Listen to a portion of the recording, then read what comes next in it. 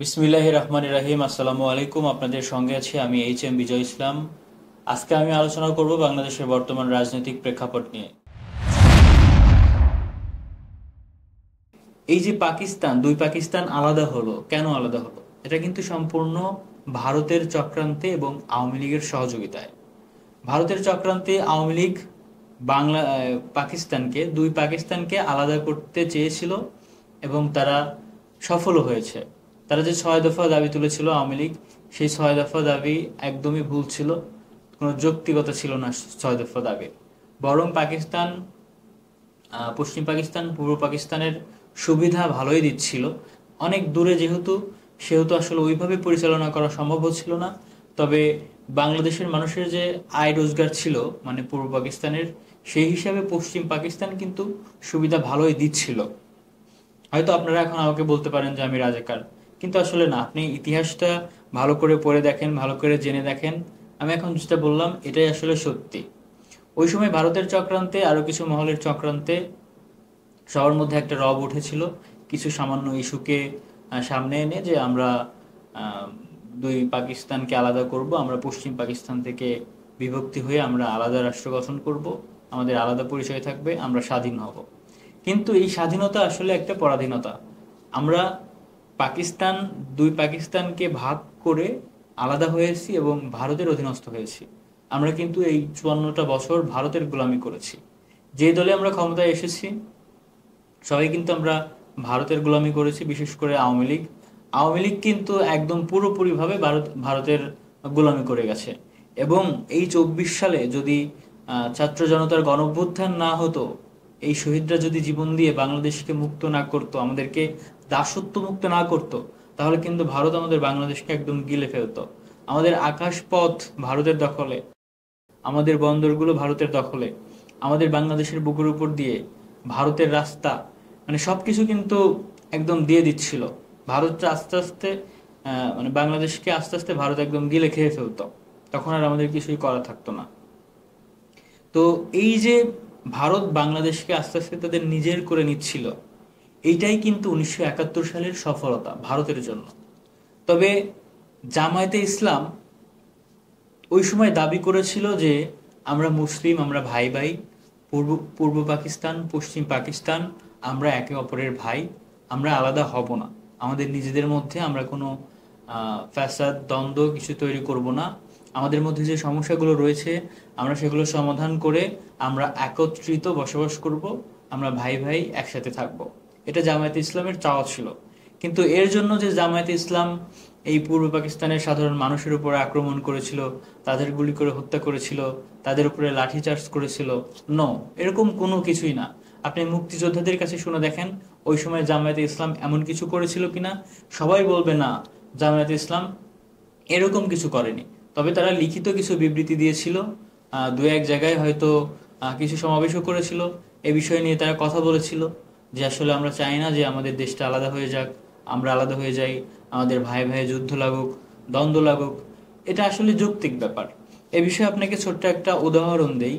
এখন মনে করেন আমাদের বাংলাদেশটা যদি দুই ভাগ হয়ে যায়, দক্ষিণাঞ্চল উত্তরাঞ্চল মনে করেন যে দুই ভাগ হয়ে যায়, অথবা চট্টগ্রাম যদি আমাদের বাংলাদেশ থেকে এখন আলাদা হয়ে যায়, পার্বত্য অঞ্চল যদি আমাদের বাংলাদেশ থেকে এখন আলাদা হয়ে যায়, তাহলে আপনি কি চাইবেন? আপনি কি চাইবেন যে চট্টগ্রাম আর বাংলাদেশ আলাদা হয়ে যাক? আপনি কিন্তু এটা কখনোই চাইবেন না। আপনি বলবেন যে পার্বত্য অঞ্চল, তারা আমাদের ভাই, তারা আমাদের বোন, কেন আলাদা হয়ে যাবে? আপনি কিন্তু এটাই বলবেন, তাই না? তো সেই একইভাবে জামায়াতে ইসলাম বা ইসলামী মনা যারা ছিল ওই সময় অনেকেই এই বিষয়গুলো চিন্তা করে আসলে কথাগুলো বলেছিল।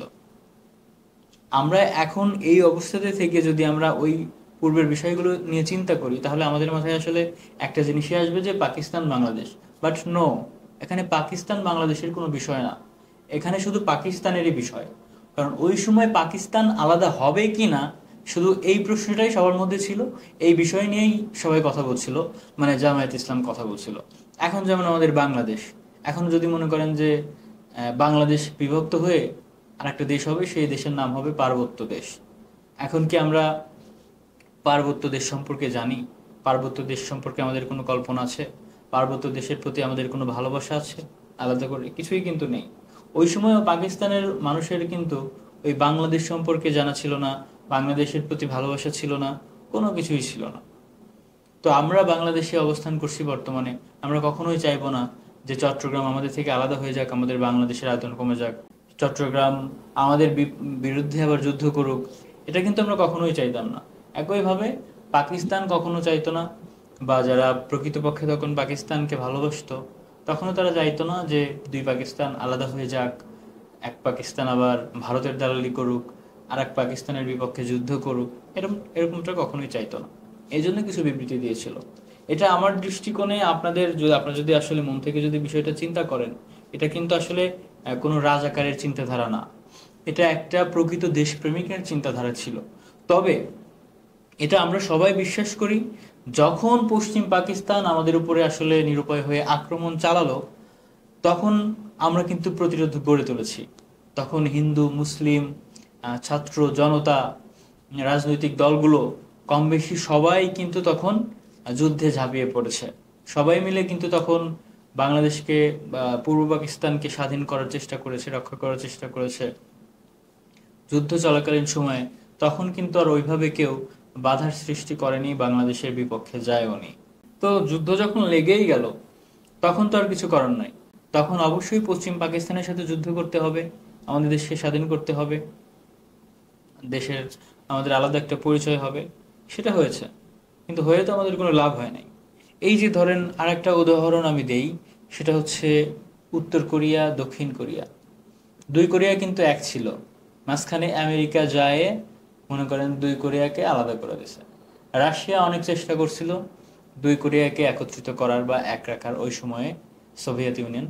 কিন্তু রাশিয়াও বা চায়না দুইজন মিলেই চেষ্টা করেছিল, তারা কিন্তু উত্তর কোরিয়া দক্ষিণ কোরিয়াকে এক রাখতে পারেনি। আমেরিকার চক্রান্তে, শুধু চক্রান্তে না, আমেরিকা সৈন্য পাঠায় কিন্তু উত্তর কোরিয়া এবং দক্ষিণ কোরিয়াকে আলাদা করে দিয়েছে। এবং দক্ষিণ কোরিয়াকে ওই সময় থেকে শুরু করে এখন পর্যন্ত আমেরিকার দখলে রাখছে। এখনো তারা আমেরিকার দখলেই আছে। এখনো যদি যুদ্ধ লাগে তাহলে কিন্তু দক্ষিণ কোরিয়া আমেরিকার পক্ষ নিবে। আবার যদি উত্তর কোরিয়া দক্ষিণ কোরিয়া যুদ্ধ লাগে, আমেরিকা এসে দক্ষিণ কোরিয়াকে সাপোর্ট করবে, অস্ত্র দিবে উত্তর কোরিয়াকে ধ্বংস করে দেওয়ার জন্য। কিন্তু আসলে এতে কার লাভ? দক্ষিণ কোরিয়ার কি লাভ? দক্ষিণ কোরিয়া উত্তর কোরিয়া তো একই দেশ ছিল, সেটা হচ্ছে কোরিয়া। এখন সেই কোরিয়াকে ভাগ করে দুইটা দেশ হয়েছে, এতে কোরিয়ারও ক্ষতি হয়েছে। কোরিয়ার মানুষ তো একই জাতি গোষ্ঠীর মানুষ, তাদের চেহারা, কথাবার্তা সবকিছু কিন্তু একই রকম, কিন্তু তারা আলাদা আলাদা হয়ে গেছে। তাদের দেশ বড় ছিল ছোট হয়ে গেছে, আয়তন কমে গেছে। এতে কার লাভ হয়েছে? আমেরিকার লাভ হয়েছে। যদি উত্তর কোরিয়া দক্ষিণ কোরিয়া এক থাকতো, তাহলে কিন্তু আমেরিকা কখনোই ওইদিকে গিয়ে রাজত্ব করতে পারতো না, এতে কোরিয়ারই লাভ হইতো। কিন্তু এখন লাভ হয়েছে আমেরিকার। ঠিক একইভাবে যখন পশ্চিম পাকিস্তান পূর্ব পাকিস্তান আলাদা হয়ে গেছে, তখন লাভ হয়েছে ভারতের। কারণ এই পাশ থেকে তো এখন আর পাকিস্তান নাই, পাকিস্তান এই পাশ থেকে আর ভারতে আক্রমণ চালাইতে পারবে না। এখন এই পাশে যে আছে বাংলাদেশটাকে মানে ইনিয়ে বিনিয়ে এই সেই বুঝিয়ে যে আমরা তোমাকে যুদ্ধে সাহায্য করেছি, তোমাকে স্বাধীন হতে সাহায্য করেছি, তোমাদের এই করেছি সেই করেছি, অথচ ভারতে কিন্তু আমাদের তখন থেকেই অনেক ক্ষতি করেছে, আমাদের দেশের অর্থ সম্পদ সবকিছু লুট করে নিছে। এমনকি তারাও ওই সময় কিন্তু আমাদের উপরে অনেক আক্রমণ করেছে, নির্যাতন করেছে, আমাদের অনেক মানুষ হত্যা করেছে।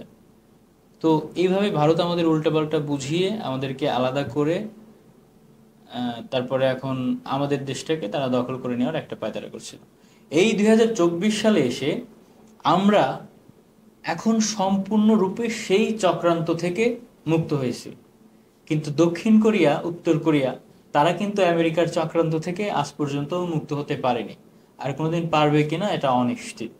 তো আমরা এটা পেরেছি 2024 সালে এসে, এটা কিন্তু আমাদের ভাগ্য।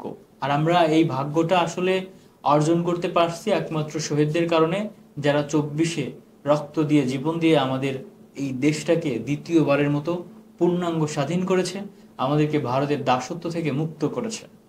তো এখন তো আর আমাদের ভারতের দাসত্ব করার কিছু নেই। এখন আমাদের দেশের মধ্যে কোনো সমস্যা থাকার কোনো কারণ নেই। এখন আমাদের দেশটা সুন্দর হওয়া উচিত। এখন ইসলামিক দলগুলোর উপরে আমাদের কোনো রাগ অভিমান থাকার কোনো কথা না। তাহলে এখন ইসলামিক দলগুলোকে সুযোগ দেওয়া উচিত, তাদেরকে সহযোগিতা করা উচিত, দেখি তারা আমাদের জন্য কি করে। আসলে তাদের আহ, দায়িত্ব দেওয়া আমাদের জন্য একটা প্লাস পয়েন্ট হচ্ছে তারা ইসলামকে হৃদয়ের মধ্যে ধারণ করে, তারা কোরআনকে ধারণ করে, কোরআনের আয়াতকে তারা লালন করে, তারা পরকালকে বিশ্বাস করে, জান্নাত জাহান্নামকে মনে প্রাণে বিশ্বাস করে, তারা আল্লাহকে ভয় করে। যারা আল্লাহকে ভয় করে, কোরআনকে ভয় করে, আল্লাহর ইবাদত করে, তারা কিন্তু সহজে কোনো পাপ কাজে লিপ্ত হয় না, খুব কম। তো তারা কিভাবে আমাদের দেশের অর্থ লুট করবে, মিথ্যে বলবে, দুর্নীতি করবে, চাঁদাবাজি করবে, এটা কিন্তু আসলে কল্পনার বাইরে। এটা বাস্তব প্রমাণও আছে। আপনি দেখেন কোন ইসলামিক দলের নেতাকর্মীরা চাঁদাবাজি করে, কখনো দেখছেন? জোর জোর দখল করে চাঁদাবাজি করতেছে, এই টাকা দাও, সেই করো, এই করো। আরে আপনারা বলেন যে চাঁদাবাজি করে, ওরা হাদিয়া নেয়। হাদিয়া কি কেউ কারো থেকে জোর করে নেয়? মনে করেন যে একজন একজনকে বলল যে ভাই বা স্যার, আমাদের এই কাজটার জন্য এত টাকা লাগবে, আপনি দিবেন কিনা? যদি আপনার ইচ্ছা হয় আপনি দিতে পারেন, আপনার যদি মনে চায়। আর যদি আপনার মনে না চায় আপনি দিবেন না, তাতে কোনো সমস্যা নেই। তো এতে কি আমাদের কোনো ক্ষতি হইলো?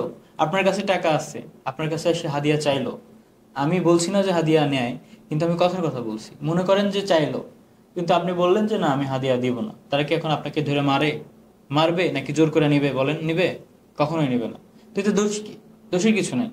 কিন্তু চাঁদাবাজিটা হচ্ছে এমন একটা জিনিস, তোমাকে দিতেই হবে, যদি না দাও তোমাকে এখান থেকে উচ্ছেদ করে দেব, তোমাকে মারবো। আমরা এর আগে একটা সোহাগ হত্যার ঘটনা দেখলাম, ওই রকম একটা ক্রাইসিস আর কি। তো আপনারা আসলে আপনাদের মন থেকে চিন্তা করে দেখেন যে ইসলামিক দলগুলো আমাদের জন্য ভালো নাকি খারাপ। এখানে আপনাদের মনে আরেকটা প্রশ্ন সবসময় থাকে, আমি এটা জানি, যে আসলে ইসলামিক দল যদি ক্ষমতায় আসে তাহলে আমরা নাচতে পারবো না, গাইতে পারবো না, আমাদের ইচ্ছা মতো পোশাক পরতে পারবো না, আমাদেরকে 5 ওয়াক্ত নামাজ পড়তে হবে, মসজিদে যেতেই হবে, যদি মানে মায়েরা পিটায়াও যদি হয়, আইন করেও যদি হয়, তারপরে আমাদেরকে দিয়ে এই ধরনের কাজ করাবে, নামাজ পড়াবে, আবাদত করাবে, তাদের ইচ্ছা মতো পোশাক পরাবে, আমাদের পাঞ্জাবি টুপি পরাই লাগবে। ব্যাপারটা কিন্তু কখনোই এরকম না। কারণ ইসলামেই বলা আছে জোর করে কারো উপরে ধর্ম চাপিয়ে দিও না। তো ইসলাম যদি তারা মানে, তারা কেন জোর করে আপনাদের উপরে ধর্ম চাপিয়ে দিবে? আল্লাহ তাআলা কোরআনের মধ্যে বলছে তোমরা আমাকে ভয় করো এবং আমাকে ভয় করে ইবাদত করো, আমার জন্য ইবাদত করো, আর কারোর জন্য না। তাহলে এখন যদি জামায়াতে ইসলাম ক্ষমতায় আসে, জামায়াতে ইসলাম যদি বলে কেউ যদি নামাজ না পড়েন তবে তাকে 6 মাসের জেল দেওয়া হবে, তাহলে আপনি কার ভয়ে নামাজটা পড়লেন? জামায়াতে ইসলামের ভয়ে পড়লেন না, আল্লাহর ভয়ে তো পড়লেন না। তাহলে কি আপনার ইবাদত হবে? তো এটা কি জামায়াতে ইসলাম বুঝে না? এটা তো অবশ্যই জামায়াতে ইসলাম বা ইসলামিক দলগুলো বুঝে যে জোর করে কাউকে দিয়ে ইবাদত করানো যায় না, এটা যার যার ব্যক্তিগত ব্যাপার। তবে জামায়াত ইসলাম আপনাকে বলবে যে হ্যাঁ, 5 ওয়াক্ত নামাজ পড়া আমাদের ইমানি দায়িত্ব, নামাজ পড়া ভালো, নামাজ পড়তে হবে, এটা ফরজ, নামাজ না পড়লে জাহান্নামে যেতে হবে, পড়লে জান্নাতে যাওয়া যাবে, এই জীবনটা চিরস্থায়ী জীবন নয়, চিরসুখের জীবন নয়, পরকাল জান্নাত জাহান্নামে আমাদের চির স্থায়ী ঠিকানা। এভাবে তারা বুঝাবে, বলবে। আপনি যদি সেটা আমল করেন আপনার ব্যক্তিগত ব্যাপার, আপনি যদি না করেন কেউ আপনাকে জোর করবে না। প্রত্যেকটা ব্যাপার এরকমই। আপনাকে বলবে যে আপনি এই ধরনের পোশাক পরে চলাফেরা করেন, এই ধরনের পোশাক পরা ভালো, এটা শালীনতা বজায় থাকে, আপনার সম্মান আমাদের সম্মান, সবার সম্মানই থাকে। আপনার যদি মন চায় আপনি পরবেন, এখন আপনি যদি না পরেন আপনাকে কি জোর করে কেউ শালীনতার সাথে পোশাক পরাতে পারবে? কেউ পারবে না। এটা আপনার দেশ, আমার দেশ, আপনার বাবার দেশ, আমার বাবার দেশ।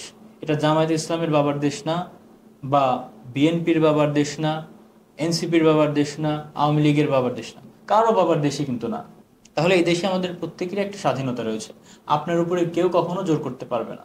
তবে জোর করার বিষয়টা আওয়ামী লীগ কিন্তু অনেক বেশি জোর করেছে আমাদের উপরে। এখন অন্যান্য রাজনৈতিক দল যারা আছে তারা কেমন জোর করবে আপনারা নিজেরাই জানেন, আমার বলার প্রয়োজন নাই।